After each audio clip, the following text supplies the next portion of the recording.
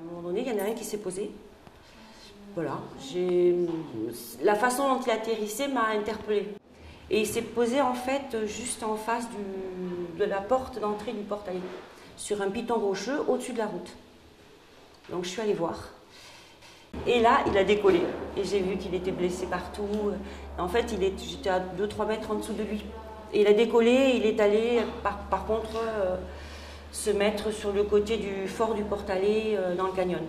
Je ne savais pas trop si c'était un gypaète ou un pernoptère, je ne sais pas, de près, je ne l'ai jamais vu.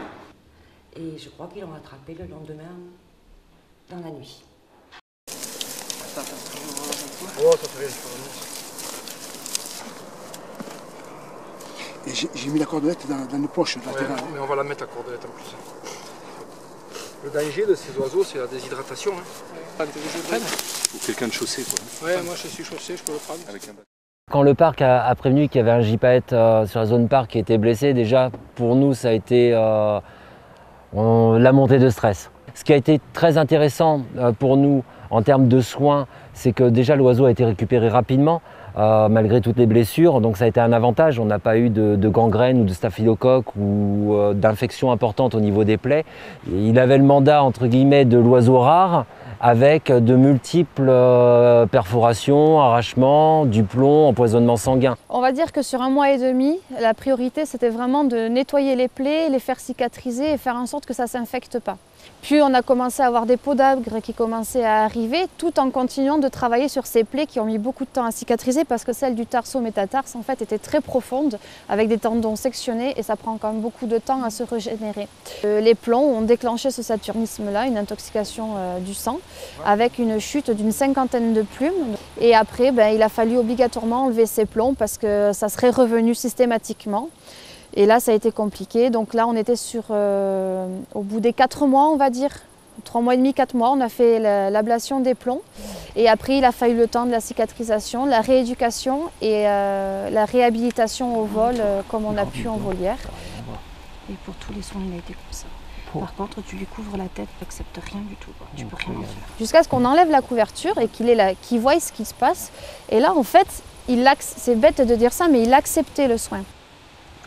Et il ne bougeait pas, en fonction des gens bien sûr qui passaient. Dans cette position, ça pourrait glisser. Et on pourrait acquérir des informations sur tout ce qui est stratégie de recherche alimentaire. Donc on va pouvoir identifier les aires de reproduction, les sites de nidification. On a plus l'habitude d'équiper des oiseaux plus jeunes. Et aujourd'hui c'est un adulte mâle reproducteur qu'on a équipé et qu'on a relâché. C'est quelque chose qui est relativement rare. Ici on est sur l'estive de Couec, sur la commune de Borse, on est en Haute-Vallée d'Aspe. Et le choix du site a été calculé en fonction de l'origine de l'oiseau.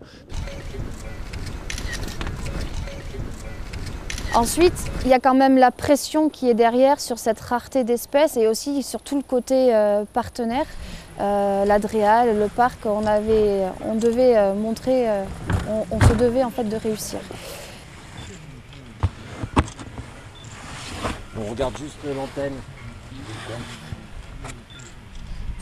Mais mis ça à part, il s'est passé quelque chose de très particulier avec cet oiseau. Je dirais pas avec l'espèce gypaète parce qu'on en a quand même eu 6 sur la structure et il ne s'est jamais passé ce qui s'est passé. Il avait une sensibilité.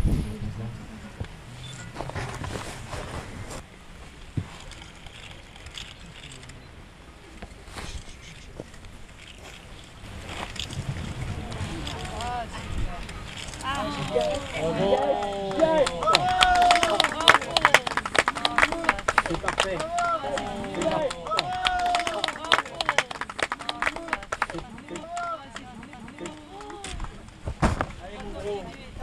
Puis voilà, le résultat, c'est ça quoi. Et je crois que c'est le meilleur résultat qu'on peut avoir, c'est une belle remise en liberté, un oiseau qui soit parfait. Mais voilà, c'est le travail d'une équipe et c'est des dizaines de personnes qui ont été autour de cet animal pour pouvoir faire ce sauvetage.